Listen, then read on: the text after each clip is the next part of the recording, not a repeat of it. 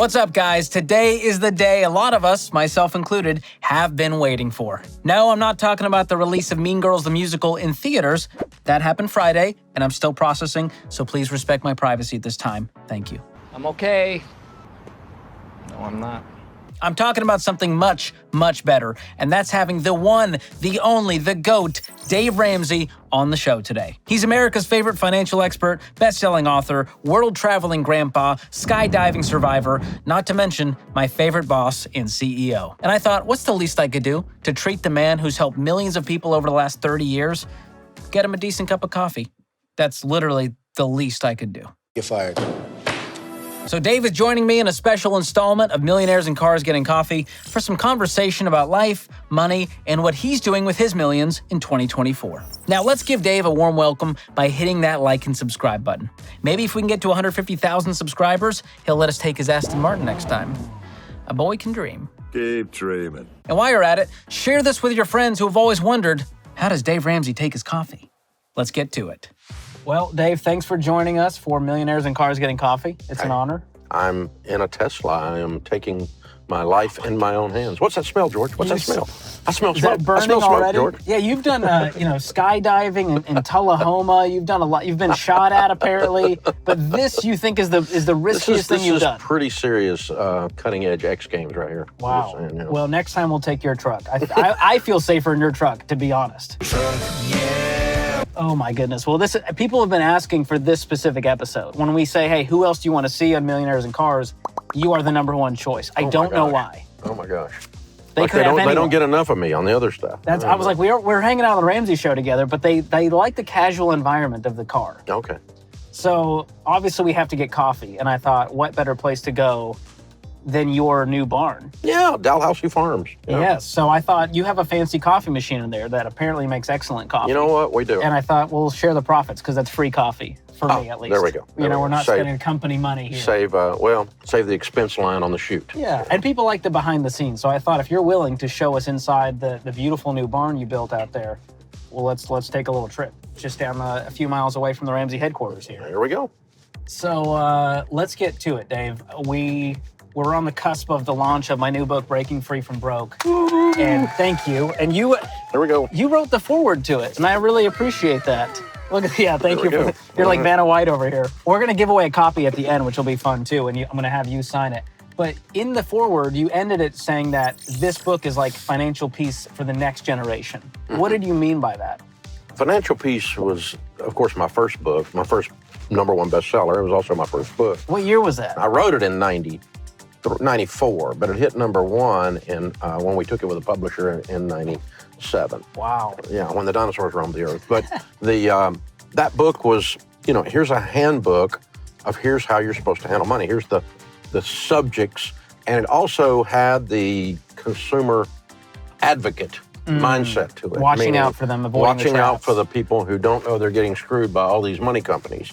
We all have this suspicion we're getting screwed and tattooed by all these people, but we just don't know. We don't fully understand. We don't understand it. I mean, you kind of know this is not good, but everybody does it, so I got to have it, and don't even know what it is, and I pay money for it. Yeah. And there's a lot of that stuff in the financial world. And so this book was kind of You really did a great carrying the job. torch of that. Yeah, you did a great job of unpacking the ripoffs that are out there and really destroying the mythology, the different lies that people believe about money, particularly money products. Yeah, but which usually is debt products, surprisingly. Yeah, well, it can be. It can be an insurance product like whole life, or it can be the lie of the credit card is going to make you wealthy with your stupid airline miles or something like that. All that kind of stuff that builds into it. But you did a great job of unpacking that, and you're great.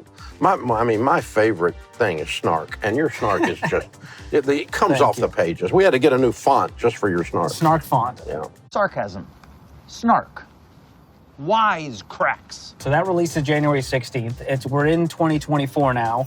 How do you plan to spend, save, and give in 2024? Do you have any certain goals or just things you're excited about doing in those areas? It's kind of rinse and repeat for us. We've been doing this a long time, and so nothing new under the sun. Everything Ramsey Solutions and all the Ramsey personalities and the products and the things we got coming out. So from a business perspective, it's all of that. Well, a few years ago, you got to give away $1 million in a day. That was a fun goal We for you. did. You got That to was a accomplish. great personal goal. I don't know how you one up that. Yeah, That's a I tough haven't one. since then. But, yeah, but I would, I'd like to do some stuff like that again. God's leading is there, and it's His money. What are we supposed to do with it? But, we've had a bunch of things under construction. The event center, the barn, everything, and we've been building on the campus for like 6 or 7 consecutive years. Wow! So it's the first year that we've not had money going into concrete and bricks. Yeah, and to make it clear, we pay cash for everything. We do things at the speed of cash. I mean, it's a lot. It takes longer, and it hurts to see millions of dollars a month disappearing. But it feels good when that thing's paid for. It's not disappearing. I mean, it's an investment. So now I've got to figure out, what we do with this newfound margin that's there after that. But that's exciting. That's a good problem to have. Yeah, we'll pull together and make sure that we do that, and we'll increase the generosity and probably just start doing some other investing. But, and on the first time in side, a long time I don't have something under construction. That'll be nice. And then saving goals. Do you have anything? I know you like to, if you get like a big check or something for royalties, you like to sock that away in an investment account, maybe buy some property. Now, what are you thinking for 2024? Will you be purchasing any more real estate or anything big like that? We're starting to look, because we've got that extra margin now, at some additional real estate. First time in our life we're not doing any residential. We're doing only commercial, and we're probably going to start moving some of our houses that we've got. I don't know, 10, 20 houses. We're going to roll those into 1031s and move them towards commercial over the next few years. And is that now? How do you talk about the difference between residential versus commercial, as far as what's involved and what the margins look like? The biggest problem with it is it's a lot more money to buy it. It's a bigger price tag, typically. But the commercial is a lot less hassle, tenant-wise. There's not hardly any drama comparatively, and offices. We got offices. We've got strip centers. We've got office warehouses. We're looking at building a storage, mini storage thing. I don't know if we'll do it or not, but the margins on those things are incredible. Insane. They're really good. Yeah. What are you going to pay us? How much? $115, $115, $125, $150, $135. This is an interesting thing. We both use an investment pro. And we encourage people to have an investment pro in your corner. What are your conversations like at this stage of the game when you're meeting with your investment professional? Yeah, I mean, usually it's a timing thing of how long am I going to leave the money tied up with him, because it's a mutual fund thing, and am I going to move it out of that into real estate? So what's the investment horizon? And then based on that, if I'm going to leave it alone long enough, we can do some different things. But if I'm going to, pop back out of it in 3 or 4 years and buy a piece of ground or something, then obviously we're going to choose a different mutual fund at that point. So that's what we're always looking at, and looking at the mix. I don't spend a lot of time, really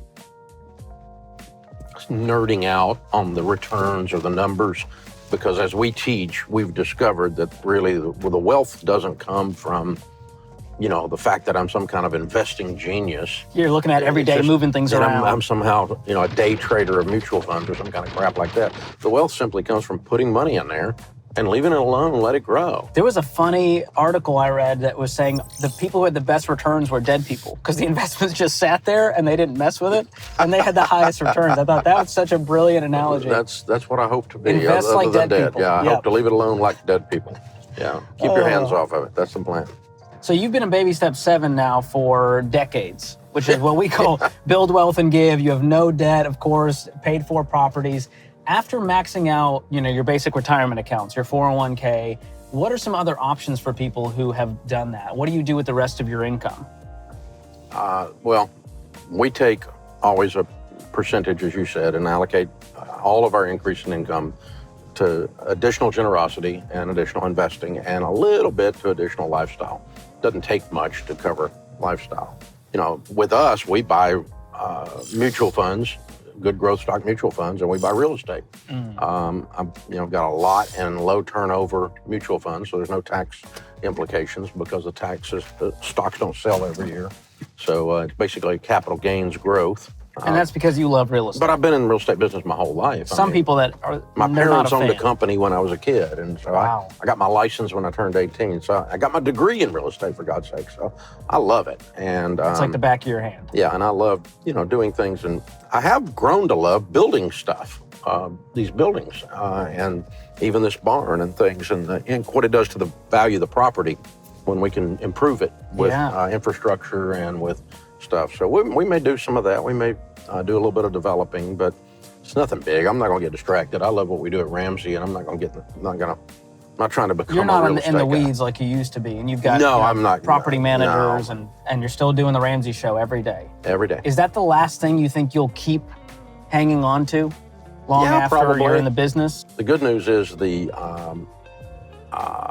ratings are great when I'm not there. So, we can always do that. Was that a comforting piece when you were like, all right, that's good. If Dave's not there, the show will stay afloat with us personalities. Yeah. Well, it's always been a caller-driven show, which is nice. The callers really create the content, and hopefully we can give them good advice.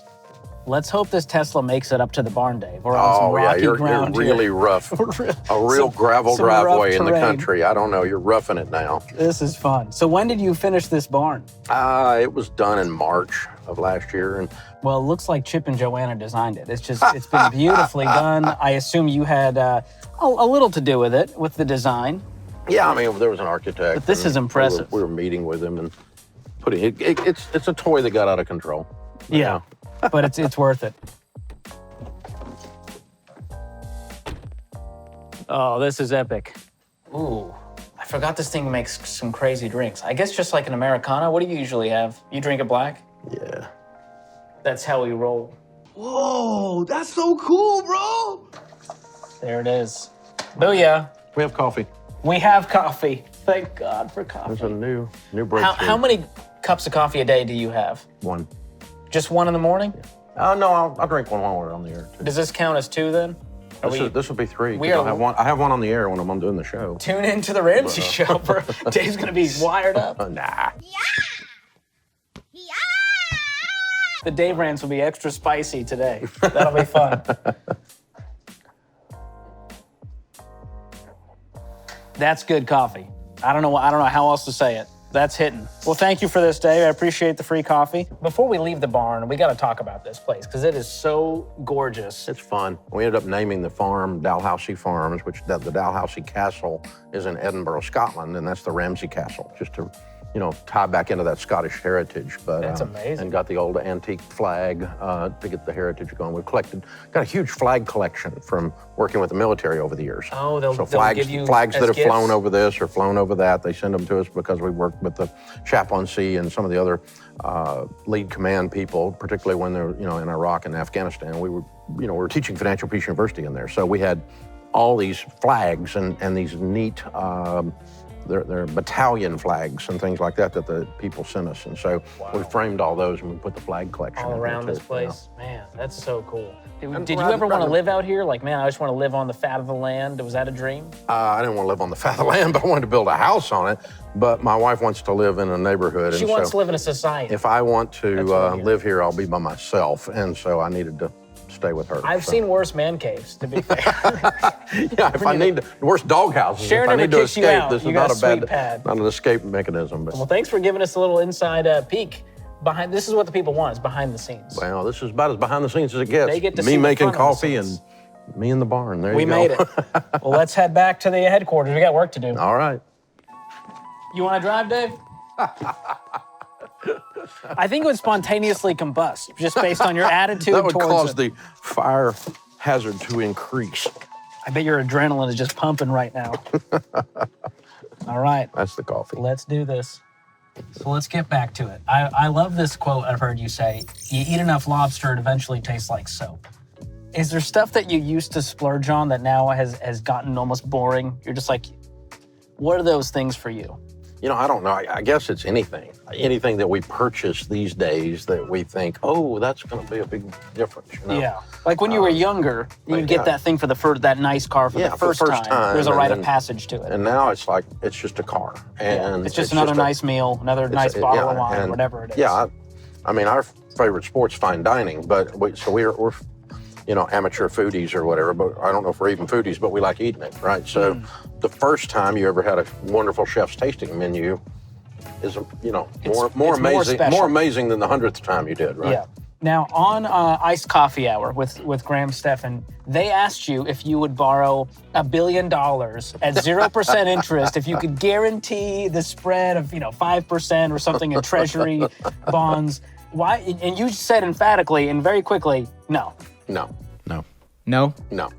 What is Graham's fun. Why is it so easy for you to turn down opportunities involving leverage? Because you said, and with a lot of, there was no question of like, well, it was just no. And they asked me the same thing, and I would never do it. It would hurt my soul to just have that amount of money sitting out there that I owed. Yeah, that's exactly. Is that what part it of is. it? It's exactly what it is. The borrower is slave to the lender. I'm not going to be locked in to where someone else is calling the shots in our life ever again. I've been there, and it wasn't fun. And I was a firm believer in borrowing all you could. I did it. I did everything the book says to do, and it absolutely did not work. It did not bring joy. It did not bring success. It brought temporary success, but it caught up and then brought failure. Because leverage is a two-edged sword. It cuts both ways. Well, like you mentioned, you've been doing this for decades now, and you don't have to work anymore. That hasn't been the case for many, many years. Why are you still at it? And what are your goals now? I enjoy it. I love what we do. I love being on the air, helping people. I love getting, your new book out, helping people with that. I love doing the broadcast stuff. I'll leave this and go to the studio and sit down and start doing an audiobook that I'm working on right now. I enjoy the process, and I enjoy the results of people's lives get changed. Yeah. Well, you also run this business in 100% cash, which Absolutely. is mind-boggling to a lot of people that there's not a single credit card being used in this company. It's all business debit cards. We pay cash for buildings. We cash flow everything. It's allowed us to do things other businesses can't do. And even during downturns, like during COVID, where people were laying folks off, we didn't do that. The risk is down. We got a pile of cash and no payments. And so the only strain that we had during COVID was if revenues went down far enough that it crossed over payroll. Payroll's a big item because we've got 1,000 folks we pay. Were there obstacles to building in cash and running a business with cash? What have been the hardest parts? It was earlier. It hasn't been in a while because gross revenues are about $300 million. So if we need to do a $3 million attempt on something, which we did a while back and it didn't work, we lost the $3 million. It was a bad product that didn't make it to market. And if we need to do something like that, we can afford it out of 300. But, when you've got revenues of $10 million and you want to do something that's $3 million, you can't do it. Because you could end up having to lay people off because you screwed up, or something like that. And we don't do that. We're not going to put our team's head on the chopping block due to limited cash because we want to take a risk on something. We're okay to grow slow. I mean, it probably could have been 10 times as big, but it could have also been closed, and that's okay. I'm very stuck around, very content with the process that we've used. I gotta ask, because this is something they want to know. Was it or is it a goal to become a billionaire? Now with the property and all of that, is that something that you're still aiming toward, or is it just sort of a byproduct that could happen or has happened? I mean, it just depends on how you would value the Ramsey Solutions company, what kind of valuation you'd place on it. If you placed a reasonable value, we're probably over that. But it's not relevant because none of it's for sale. So it's not. And it's sort of a hypothetical. It's in real estate that's paid for, and it's in the company that we own, and that's already being passed to the kids. So it doesn't matter. Yeah. It doesn't matter. It's not No, it was not lifestyle. a goal. No, it was not a goal. And no, it's not even a milestone I'm aiming at, because you can tell I've not even calculated it. So I'm fine. Yeah. Well, you're big on having a face to the brand and having faces because people change people. That's been a really important part for you, that we're not just building a faceless product. Exactly. Yeah, we don't want Block R, we call it, the Ramsey R, talking to people. We want George talking to people. Like when we're putting out a product that is as successful as every dollar, it still needs to have your all's faces associated with it. It still needs to talking be about a person there that's doing used it. that. Yeah, it doesn't need to be a faceless Block R. We're not an aggregator of people that are freelancers writing articles. Everybody that writes the stuff, it works on our team. They're part of our family. And they believe in it. Part of the Ramsey family. They're living it. They're not. This isn't some guy out there who just thought I can get click. I love that. Well, Dave, before we go, I thought it would be fun if we gave away a signed copy from you and I. Oh, there you go. This will be the only copy Dave ever signs of this book. Oh, potentially. Really? I don't know. Potentially. Maybe. So I brought the until Sharpie. somebody walks in and asks me to sign one. So how about this? If you leave a comment with your money goal for 2024, I will choose one. Leave your Instagram handle along with it and your goal for 2024 when it comes to money, and I will choose one. Yeah. I'll send them this book. That's fun. All right, let's do this thing. And you're big on, we do it on the title page here with the Bible verse. I chose the fruits of the Spirit because I think it's more than about money. This book will hopefully lead you toward a character and virtue that is, a guiding principle for it. So I'll sign at the top here, and I'll have you sign underneath there. There you go. All right. And we'll prove. We'll hold it up to show this is the exact copy you will get. And the book launches January 16th. It has officially been defaced. There it is. Don't try to sell it on eBay. It's worth even less now. But Dave, I'm pumped for this book. I chose the Vols orange, very bright. Oh energetic. yeah, prison orange. Yeah. Prison. It feels like I broke free from prison here, but I'm excited for this. I hope it helps a lot of people, and especially these younger generations falling for these traps, the people who never got financial literacy growing up. I hope it helps them. Amen. Way to go, George. Proud of you. Thank you for being on Millionaires and Cars Getting Coffee, Dave. It was an honor. And let us know who else you want to see on this segment. Maybe some of the other Ramsey personalities, maybe some baby steps millionaires, some everyday people who followed the plan and did it. So cheers to 2024 and hitting your money goals and building wealth and giving like no one else. Here. Huge thanks to Dave for taking the time to hang out with me today. Some call it a ministry. If you liked our conversation, be sure to check out The Ramsey Show, where myself and other Ramsey personalities join Dave live on air to answer your questions about life and money. I'll link to it in the description below. Make sure to let me know in the comments what other questions you have for Dave, and maybe we can convince him to come back. And be sure to share this video with the boomers in your life. You never know what you can learn from boomers, especially if they're smart with money. As always, thanks for watching. We'll see you next time.